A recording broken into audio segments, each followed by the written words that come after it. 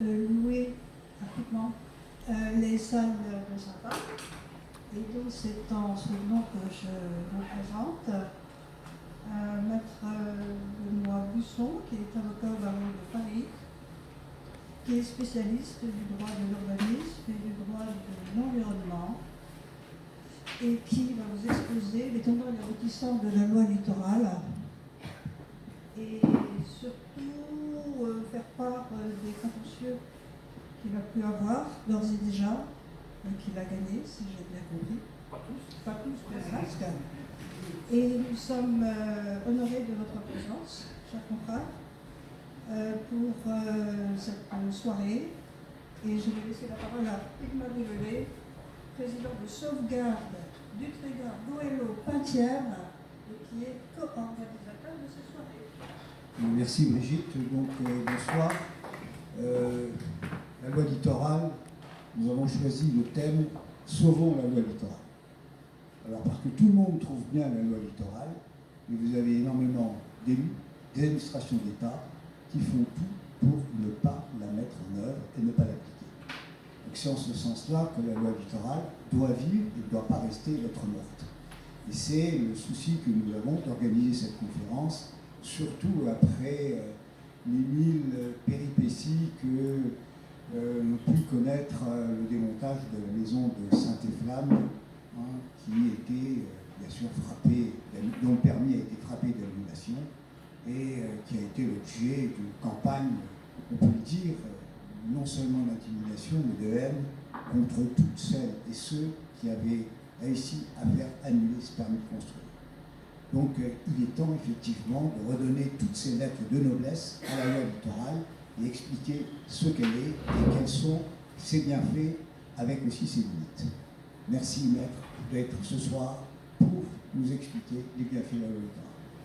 Merci monsieur Lelet, merci chers consoeurs pour votre accueil. Donc, alors, j'ai un thème d'intervention qui peut être abordé de différentes manières, de manière technique, très juridique, donc on va essayer d'être trop assommant. Vous allez voir que sur le PowerPoint derrière moi, je vais avoir beaucoup de photos pour illustrer mes propos. Ça n'a pas été précisé, mais je pense qu'il va y avoir bien entendu un moment d'échange. Je ne vais pas être tout seul à vous faire un exposé un petit peu universitaire, un peu pontifiant, parce que ça ne serait pas intéressant, même si je vais l'illustrer. Donc, je vais... voilà, il y aura plusieurs thèmes qui vont être abordés, des thèmes juridiques, donc un petit peu techniques, explicatifs. Et puis, comme l'a dit monsieur Lelet, la loi littorale est remise en cause, c'est pas un thème neuf. Moi, je suis avocat depuis 2006. Avant, j'étais, donc je me présente en deux mots, j'étais juriste à France Nature Environnement. J'y suis maintenant bénévole, donc depuis 1998.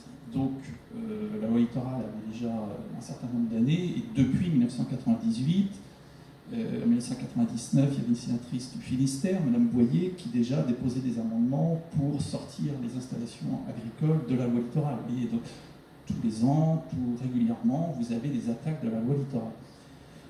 Alors, l'autre problème que je vois plutôt, c'est des problèmes politiques au sens large du terme, d'application de la loi. C'est-à-dire que c'est un peu comme le code de la route, on est tous d'accord qu'il faut quand même réglementer la circulation sur la route, sinon c'est l'anarchie, mais quand ça s'applique à nous-mêmes, des fois on est un peu réticent, et donc la loi, c'est bien connu, c'est fait surtout pour les autres. Et bizarrement, des fois, effectivement, quand il y a des permis de construire qui sont annulés, et malgré tout des constructions, il peut arriver, et c'est pas automatique, mais il peut y arriver qu'il y ait des démolitions. Une règle, une sanction. C'est des propos politiques qu'on entend, tu casses, tu répares. Bon, là, c'est tu montes, tu démontes. Ça peut, voilà, on peut trouver des applications comme ça. Alors, c'est peut-être plutôt cet aspect politique, au sens noble du terme, sur les actions en démolition. Je vous propose de les aborder à la fin de mon intervention. On n'a pas prévu combien de temps, si je devais parler, faire une conférence pendant 3 heures, 2 heures, 1 heure. Non, bien sûr. Donc je vais faire un espèce de monologue avec des pauses pour des questions. À l'intérieur, pendant peut-être environ 3/4 d'heure, en laissant le maximum de temps pour les échanges, pour vos questions. Donc moi j'ai prévu une petite introduction, donc de présentation de ce qu'on fait au cabinet, très rapidement, en vous rappelant aussi dans cette partie introductive que on m'a demandé d'intervenir sur la loi littorale, mais qu'il y a des notions proches qui se recoupent. C'est-à-dire, en fait, quand on dit loi littorale, souvent on parle de la loi littorale codifiée au code de l'urbanisme, donc des règles qui concernent les constructions, pour faire simple, les aménagements. Mais je vais parler aussi des autres règles proches, vous connaissez les fameux sentiers des douaniers, c'est autre chose. Le domaine public, c'est encore une autre notion. Je vais faire rapide, hein. Mais je vais vous rappeler, en guise d'introduction, ces notions. Un petit mot sur les SCOT, les PLU, très rapide, pour que vous ayez en tête des éléments clés sur l'articulation de toutes ces normes, parce que des fois c'est un peu complexe. Et ensuite, je vais vous parler de 2 règles de fond que vous connaissez, le fameux dispositif anti-mitage, un article L121.8 de la loi littorale avec beaucoup d'illustrations, et la protection de la bande des 100 mètres. Parce que c'est la disposition la plus connue, et puis vous avez des nouveaux enjeux. Bon, les paillotes en Bretagne, je ne veux pas être désobligeant, c'est peut-être pas là où il y a le plus d'enjeux, mais les food trucks, des choses comme ça, c'est des choses aussi qui méritent qu'on s'attarde. Voilà. Et le dernier point que j'aborderai, c'est les actions en démolition, parce que c'est un petit peu la marque de fabrique du cabinet. Donc, voilà, il faut en dire quelques mots, et puis on échangera sur ces questions-là. Alors, le cabinet en 2 mots. Alors, le PowerPoint, je l'ai fait cette semaine, j'espère qu'il n'y a pas trop de bugs. Voilà, donc moi je suis avocat au barreau de Paris depuis 2006, j'étais donc ancien juriste à FE2, et un exemple de ce qu'on a fait à France Nature Environnement sur la loi littorale, c'est les fameux décrets estuaires. La loi littorale est très efficace, elle est forte parce que ces dispositions, sauf exception, n'ont pas besoin de décret d'application. C'est-à-dire que l'article dont on va parler tout à l'heure, anti-mitage, dit que l'extension de l'urbanisation doit se réaliser en continuité des villages et des agglomérations. Vous avez une phrase comme ça, c'est la loi, il n'y a pas besoin de décret d'application. La loi ne dit pas, on pose un principe et puis les PLU vont la décliner. Non, les PLU, les permis de construire directement, vont devoir la respecter. Le tout sous contrôle d'un juge. C'est pour ça que la loi littorale, c'est efficace. C'est parce qu'elle se suffit elle-même. Alors, vous avez des exceptions, vous savez qu'elle date du 3 janvier 1986. Vous aviez des exceptions qui sont les fameux décrets estuaires, c'est-à-dire que le législateur avait prévu que le Premier ministre, le gouvernement prennent à l'époque un ou des décrets d'application pour étendre l'application de la loi aux communes riveraines des estuaires. Alors, je ne rentre pas dans le détail de la définition de l'estuaire, sachez que c'est un petit peu technique, c'est ce qui est en aval de la limite des salures des eaux et en amont de la limite transversale de la mer. Vous savez qu'en Bretagne, il y a des marées, je ne vous apprends rien, et qu'en fait, dans les rias, dans les abers, la mer remonte très profondément, et qu'en fait, ce qu'on appellerait estuaire d'un point de vue du langage commun, ne l'est pas juridiquement. C'est-à-dire que la mer remontant très loin dans l'estuaire, moi celui que je connais le plus en Bretagne, c'est l'estuaire de la Rance. Vous avez des communes qui seraient entre guillemets riveraines de l'estuaire, qui sont en fait riveraines de la mer. Donc la mer remonte très très haut, mais pour autant, il fallait quand même appliquer la loi littorale à des communes assez hautes dans l'estuaire, et pour ça il fallait des décrets. Donc ça c'est un exemple de contentieux que nous avons fait. Nous avons demandé au Premier ministre, c'était en 2000, hein, ça date pas d'hier, de prendre les décrets, il y a eu un refus. Le Conseil d'État annulé a fait injonction au Premier ministre donc de prendre ces décrets qui sont sortis finalement en 2006. Illustration, vous avez une commune, alors on va voyager un petit peu, hein, je vais vous parler un peu de la Corse, un petit peu de la Bretagne quand même. Le cabinet a des dossiers sur toute la France. Hein, voilà. Et puis un petit peu, par exemple, de Bayonne. À Bayonne, alors je ne sais pas si vous voyez, c'est pas très hyper clair. Bon, vous voyez quand même, grosso modo, ce qui est entouré en rouge, c'est la commune de Bayonne qui n'est absolument pas riveraine de la mer. Elle est riveraine uniquement d'un estuaire qui est la Dour. Et la mer, il y a des marées, mais la mer ne remonte pas spécialement ciblée spécifiquement au niveau de la commune de Bayonne. Donc il a fallu inclure dans ces décrets en 2006, je crois, la commune, qui vous voyez donc est entourée de communes dont seulement une partie sont en façade maritime. Et j'ai mis une étoile en haut à droite, je ne sais pas si vous la voyez, c'est donc l'autoroute A63 qui descend. c'est un dossier que nous avons en cours. Et donc vous voyez que même lorsqu'on est éloigné du rivage, il y a à peu près une dizaine de kilomètres, on peut appliquer la loi littorale à ces communes. Si la commune de Bayonne, alors il y en a d'autres, hein, évidemment en Bretagne, je ne les citerai pas, je ne les ai pas en tête, mais ici, vous avez Tréguier par exemple, qui sont des communes le long des estuaires. Elles ont été inscrites sur les décrets parce qu'elles participent aux équilibres économiques et écologiques, sont en relation, si vous voulez, avec l'activité maritime. Donc Bayonne, c'est le cas, c'est une activité tournée vers la mer, même si elle n'est pas riveraine des mers et des océans. Je reviendrai tout à l'heure sur ce projet qui est très éloigné du rivage, mais qui est pour autant soumis à la loi littorale. Alors, j'ai un fil Twitter avec de l'actualité et mon adresse mail. Donc voilà, ça c'est le petit plan que je voulais, que je vais essayer de développer ce soir, les 4-5 points.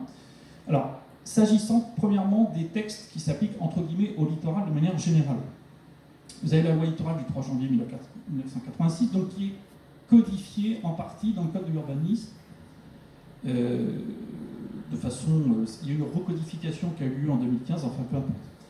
Vous en avez aussi de codifier dans ce qu'on appelle le CG3P, c'est-à-dire le Code général de la propriété des personnes publiques. Ça, c'est en fait un code qui reprend un code qu'on appelle le code du domaine de l'État, c'est ce qui a trait, pour faire simple, au domaine des personnes publiques, notamment au domaine public. Et sans être spécialiste en droit, vous savez que, pour autant, vous savez que le domaine public maritime appartient et géré par l'État, et pour faire simple, c'est ce qui est recouvert par les plus hautes eaux, avec des fois ce qu'on appelle des lais, des relais, enfin peu importe, et ça obéit à des règles particulières, mais ce n'est pas de celles dont on va parler essentiellement ce soir. Et puis vous avez d'autres règles encore, qui sont la fameuse servitude de passage des piétons sur le littoral, la SPPL, le sentier des douaniers, le GR34 que vous avez en Bretagne, qui est issu d'une loi de 1976, donc beaucoup plus ancienne, qui continue à faire parler d'elle, parce qu'il y a toujours, qui institue une servitude de droit, c'est-à-dire qu'il n'y a pas besoin de la matérialiser. Sur une demande de 3 mètres à compter de la limite haute du rivage, vous avez le droit de passer sur la propriété privée, en théorie. Et cette disposition donne toujours lieu à beaucoup de contentieux encore récemment. Voilà un petit schéma qui était tiré à l'époque du site internet du ministère, à l'époque il s'appelait ministère de l'Équipement. Donc pour résumer, vous avez donc la limite haute du rivage qui, avec d'éventuels lais et relais de mer, c'est-à-dire en fait ce sont des alluvions apportées par la marée, qui constituent le domaine public maritime. Et après le domaine public maritime, la commune littorale, et notamment par exemple ici sur ce schéma, vous avez, je ne sais pas si vous voyez bien, oui, la zone des 100 mètres, avec des règles particulières. Voilà. Alors, un mot du Code général de la propriété des personnes publiques. C'est un code dans lequel vous allez trouver la réglementation relative à toutes les concessions. Vous avez le code de la pêche, code rural et de la pêche maritime aussi. Vous allez trouver les concessions ostréicoles. Tout ça, c'est des droits particuliers qui dérogent au code de l'urbanisme. Vous avez des règles spéciales. Vous avez le code des ports maritimes, etc. Il ne faut jamais oublier que ce sont des règles spéciales qui s'appliquent. Vous avez un article, je ne sais pas pourquoi il a un petit peu mangé, c'est l'article L2124-2 du Code général de la propriété des personnes publiques qui, lui, est intéressant. En résumé, il nous dit que en dehors des zones portuaires, dans les parties naturelles du rivage, sur le domaine public maritime, donc jusqu'où s'étendent les plus hautes eaux. D'accord ? Donc sur ces parties naturelles du rivage, on ne peut faire des travaux, exhaussement, enrochement, etc., que si c'est lié à la défense maritime, à la défense nationale, à la sécurité maritime, ou si c'est lié aux installations ostréicoles, etc., enfin de culture marine. C'est un article utile parce que je prends cet exemple. Bon, je parle uniquement, ça c'est que des dossiers cabinets, un peu anciens. Alors là, on va se déplacer sur l'étang de Berre, qui est un étang d'eau salée, donc application de la loi littorale pour toutes les communes riveraines de l'étang de Berre. Ici, Martigues. La commune, c'est un étang qui est encore largement eutrophisé. Alors, c'est pas les porcheries là-bas, c'est les installations plutôt industrielles, donc des algues vertes, donc un marnage, on va dire, qui est assez limité, donc un brassage, voilà, les algues stagnent, et donc sur une des plages de Martigues, une qualité, si vous voulez, des plages très atteintes, très dégradées. Et la commune avait eu l'idée de faire un jardin public sur la plage. C'est-à-dire concrètement un aménagement, un désenrochement pour un projet d'intérêt général, puisqu'il s'agissait d'un jardin public, d'une promenade publique. Donc ça a été annulé par la Cour administrative d'appel de Marseille sur le fondement de l'article précédent qui dispose que sur les parties naturelles du rivage, il n'est pas autorisé des enrochements des travaux autres que ceux liés à la défense contre la montée des eaux, l'érosion marine, les cultures ostréicoles, enfin les cultures marines, etc. Au premier plan, vous voyez des aménagements, je ne sais pas ce que c'est, des espèces de grosses... c'est pas des bouches, je sais pas, des jardinières. Ça, c'est typiquement quelque chose qui est interdit par, cette fois-ci, la loi littorale. On est en Méditerranée, donc vous n'avez pas les eaux sont évidemment très peu plus haut que la situation que vous avez là. Et vous êtes manifestement dans la bande des 100 mètres. J'en reparlerai tout à l'heure, mais notez déjà que vous voyez, dans la bande des 100 mètres, on interdit les constructions, mais on interdit aussi, par exemple, ce genre de choses qui semblent assez anecdotiques du point de vue de l'impact sur l'environnement. C'est des espèces de trucs en béton, ça n'a rien à y faire, par exemple. Hein. On est manifestement dans la bande des 100 mètres. Donc, en fait, sur la partie quasi au ras de l'eau était prévue une promenade en béton, ensuite transformée en jardin public. Ça a été annulé, ça ne s'est pas fait. Donc ça, c'est une règle à connaître, les travaux sur le domaine public maritime en dehors des zones portuaires sur les parties naturelles du rivage. Alors là, on se trimballe, excusez-moi, on se déplace à Mourtely, pour ceux qui connaissent, c'est à Sartène, donc en Corse du Sud. Vous avez aussi des règles qui régissent, vous le savez, l'occupation du domaine public pour des fins de loisirs. Donc vous avez les fameuses concessions de plage. Alors, je ne vais pas tellement en parler parce qu'encore une fois, en Bretagne, les concessions de plage, les paillotes, bon, vous avez des règles qui régissent l'occupation des plages. Il faut, je crois, limiter à 20% par plage l'occupation par la paillote de la plage. Il y a une obligation de démontage, sauf si vous êtes dans des communes aux 5 étoiles, d'un point de vue du code du tourisme, c'est-à-dire Cannes, Nice, vous pouvez maintenir la paillote ou le restaurant de plage, mais en dehors de ces cas-là, il faut démonter. Et puis vous avez ce qu'on appelle les AOT, qui sont les autorisations d'occupation temporaire. C'est ce que vous avez pour ceux qui ont des bateaux, qui ont des mouillages. Vous êtes titulaire ou sous-titulaire d'autorisation d'occupation temporaire. Et vous avez ce genre d'installation pour les matelas, les parasols que vous voulez installer. Alors ça, c'est un exemple d'occupation du domaine public qui est illégal parce que, alors c'est spécifique à la Corse, vous avez un schéma régional qui régit l'occupation du domaine public et qui interdit toute occupation des plages en Corse, en tout cas des plages dites naturelles, y compris par des matelas, des parasols. Donc le préfet a autorisé, il autorise régulièrement, et encore récemment, par arrêté du mois de mars dernier, je crois, encore des autorisations ont été données. Alors vous me direz, est-ce que ça empêche les gens de passer, etc. Personne ne passe parce que la façade terrestre est totalement propriété privée. Vous avez marqué cuisine, je crois, effectivement, je ne sais pas si vous voyez, cuisine, restaurant, ce sont des constructions illégales, certaines sans permis, d'autres avec permis, mais elles sont toutes illégales, puisque le secteur, si vous voulez, on est en dehors de toute agglomération. Voilà. Le domaine de Mourtely est un complexe hôtelier de luxe, où vont les people, les hommes politiques, etc. Voilà. Il y a une information judiciaire en cours, le gérant, enfin le propriétaire des lieux a été mis en examen pour escroquerie, au permis de construire, ce qui est assez rare, c'est le seul cas à ma connaissance d'ailleurs. Donc c'est une affaire en cours, donc j'en ai pas plus. Mais voilà. Donc ces AOT par exemple sont illégales, puisque normalement en Corse, rien sur les plages naturelles, c'est que les plages en contact de l'urbanisation qu'on peut installer des matelas et des parasols. Ça, je ne sais pas pourquoi, c'est quoi. Ah oui, c'est GR 34. Bon, vous connaissez, j'insiste pas, la fameuse servitude piéton, le passage piéton du littoral. Alors, vous savez qu'en théorie, si vous vouliez passer de Saint-Méloire-des-Ondes, on va dire, jusqu'à Sarzeau, vous auriez des problèmes de continuité en pratique. Hein, enfin. Alors, je reviens, j'espère que... Oui, non, voilà. Ce que je disais tout à l'heure, donc le premier thème que je voulais aborder, c'est les dispositions de la loi littorale codifiées au Code de l'urbanisme. Donc ce que je disais tout à l'heure, il y a peu de dispositions réglementaires, c'est directement la loi. Et il y a un petit bug sur le slide, mais c'est pas grave. Elle s'applique, vous savez, au SCOT. Alors le SCOT, c'est le schéma de cohérence territoriale, vous en avez un sur la Lyon, je ne sais pas comment il s'appelle, qui réunit, ce sont des documents intercommunaux. Merci.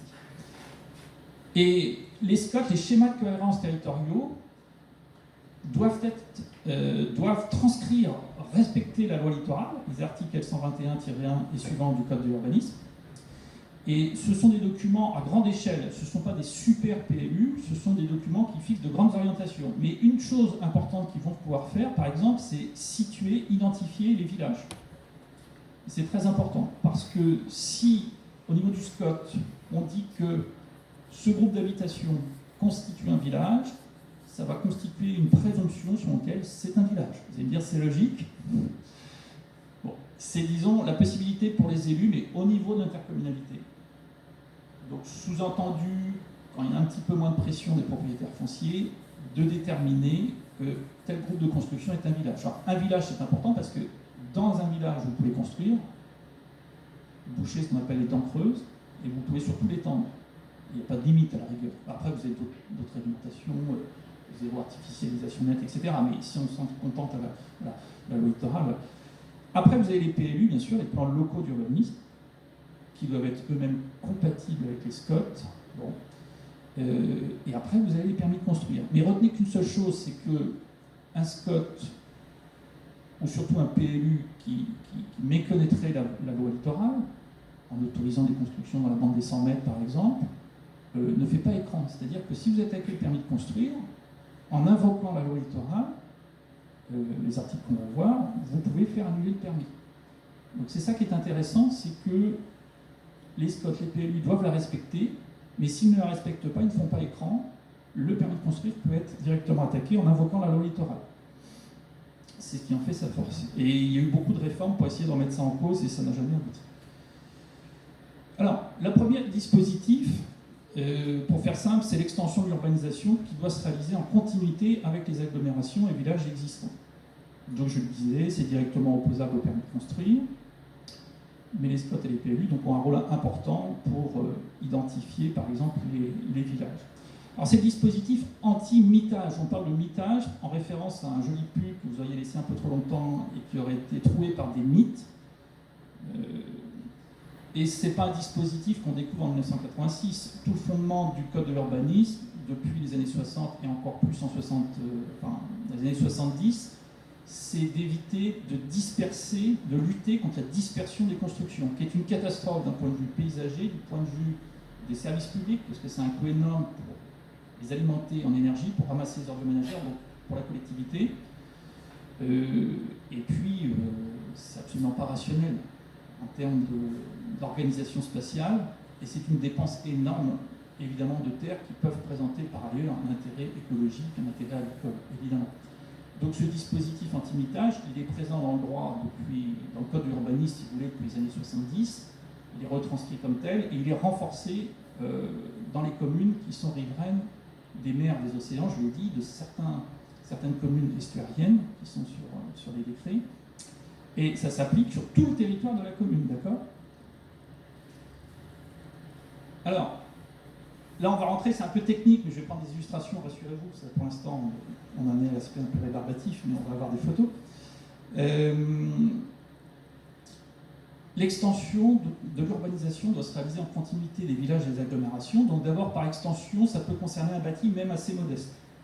Bon, le tribunal administratif de Rennes va considérer qu'un abri de jardin, ça ne rentre pas, quand même, c'est pas une extension de l'urbanisation. Donc concrètement, si vous avez un groupe de construction, une dizaine de constructions au milieu de nulle part, et que votre voisin dépose une déclaration de travaux pour un abri de jardin de 20 mètres carrés, enfin 19 quelque chose de mètres carrés, il ne va pas faire de l'extension de l'urbanisation. Si c'est un garage, c'est un peu limite, bon voilà. En revanche, une station d'épuration, c'est de l'extension de l'urbanisation, alors que vous n'avez pas de bâti. C'est-à-dire que la loi littorale ici ne s'applique pas qu'aux constructions avec un toit, si vous voulez, qui créent ce qu'on appelle la surface de plancher. Vous avez d'autres installations qui peuvent être rentrer en conflit avec la loi littorale. Les campings sont soumis à la loi littorale, donc la création d'un camping, d'un parc résidentiel de loisirs par exemple, même s'il n'est pas prévu d'y installer des mobil-homes, mais seulement des tentes, ce qui est de plus en plus rare maintenant, ou des caravanes, doit être installé en continuité des villages et des agglomérations. Quid d'une aire de passage des gens du voyage? Alors, pourquoi cette question? C'est parce que c'est un dossier du cabinet. C'est le dossier que je vous ai fait voir tout à l'heure, rapidement, à Bayonne. Une aire de passage de gens du voyage, alors c'est pas une aire d'accueil. Une aire d'accueil, c'est une aire permanente où les gens du voyage sont installés de façon permanente avec des caravanes. Une aire de passage, ils sont installés au maximum 6 mois dans l'année. En pratique, c'est la même chose en termes d'aménagement. Pardon, on est passé à Porte-Podère. Oui. C'est quoi une aire de passage? C'est par exemple, c'est en fait une immense lieu de stationnement avec une centaine, par exemple à Bayonne, le projet qui est en cause, c'est 1 hectare pour stationnement d'une centaine de caravanes. Donc vous n'avez pas de bâti vraiment, vous avez des remblais, vous avez des systèmes pour récolter l'eau, parce que le terrain est légèrement en très légère pente, des sanitaires quand même qui sont prévus, des systèmes de raccordement. Et une artificialisation, c'est pas bétonné vraiment, vous savez que maintenant, les aires de stationnement, on les fait avec des produits un petit peu perméables, mais c'est une artificialisation. Et je vous ai parlé d'1 hectare, donc 10 000 m², hein, d'accord? Donc, est-ce que ça, c'est soumis à la loi littorale? La réponse, dans la jurisprudence, on nous dit que pour les aires d'accueil des gens du voyage en permanence, oui. Pour les aires de passage, c'est exactement le même type d'aménagement. On verra ce que dit le tribunal administratif sur ce dossier. La loi littorale s'applique aussi, l'extension de l'urbanisation en continuité des villages et des agglomérations s'applique aussi aux antennes relais.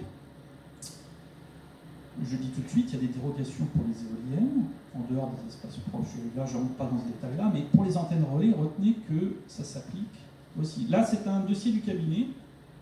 Alors, on est à Porte-Podère, chez nos amis du 29, c'est pas encore ici, pas le 22, on va se rapprocher tout à l'heure, mais vous voyez que manifestement, évidemment, les antennes relais sont souvent dans des milieux naturels où vous n'avez pas de construction.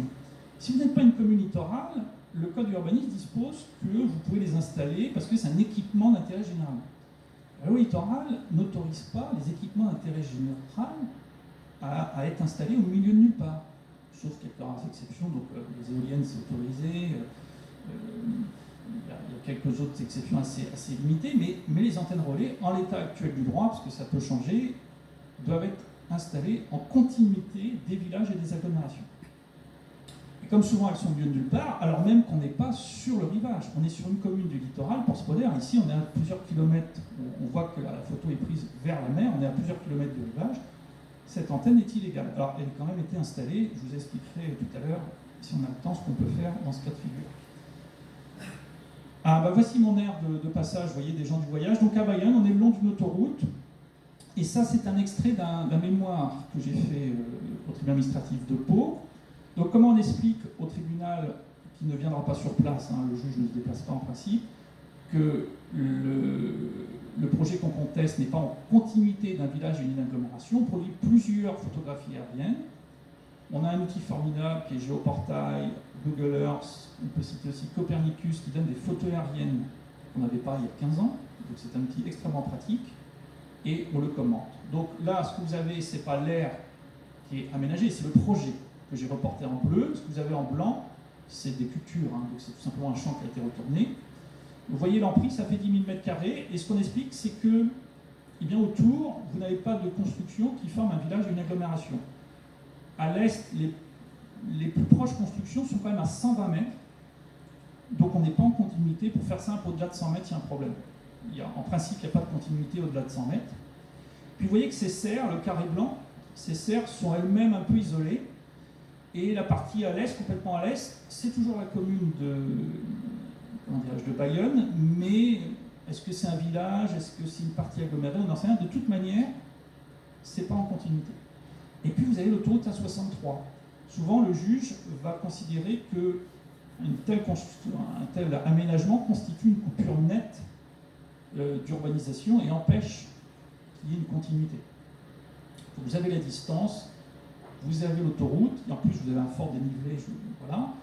Et puis au sud, les constructions les plus proches, vous voyez, il y a 190 mètres pour une construction qui est elle-même isolée ou en continuité d'un dépôt Keolis, c'est-à-dire un dépôt de bus. Voilà. Et vous avez quelques constructions autour. Donc là, à mon avis, il y a un problème, c'est-à-dire que c'est un projet, un aménagement qui n'est pas en continuité ni d'un village, ni d'une agglomération. Alors qu'est-ce que c'est qu'un village ou une agglomération? C'est là où ça se complique, et c'est là où, je dirais, on noircit des pages entières de conclusions et de recueils de jurisprudence. Alors il est évident que ce que je vous ai fait voir précédemment, une antenne relais isolée, c'est pas un village, c'est pas en continuité d'un village ou d'une agglomération, il n'y a rien.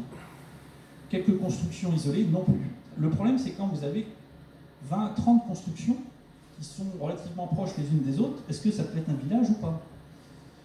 Eh bien, la jurisprudence, donc c'est un arrêt de 2015 du Conseil d'État sur la commune de Porto Vecchio, exige un nombre et une densité significative de construction.